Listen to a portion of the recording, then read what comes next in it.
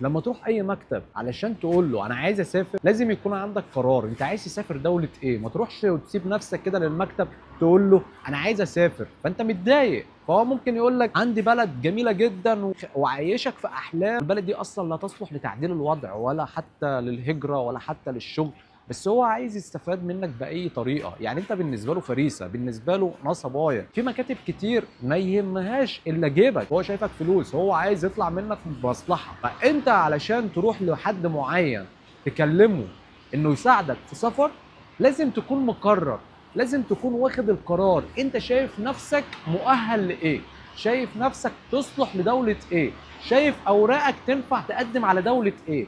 تمام.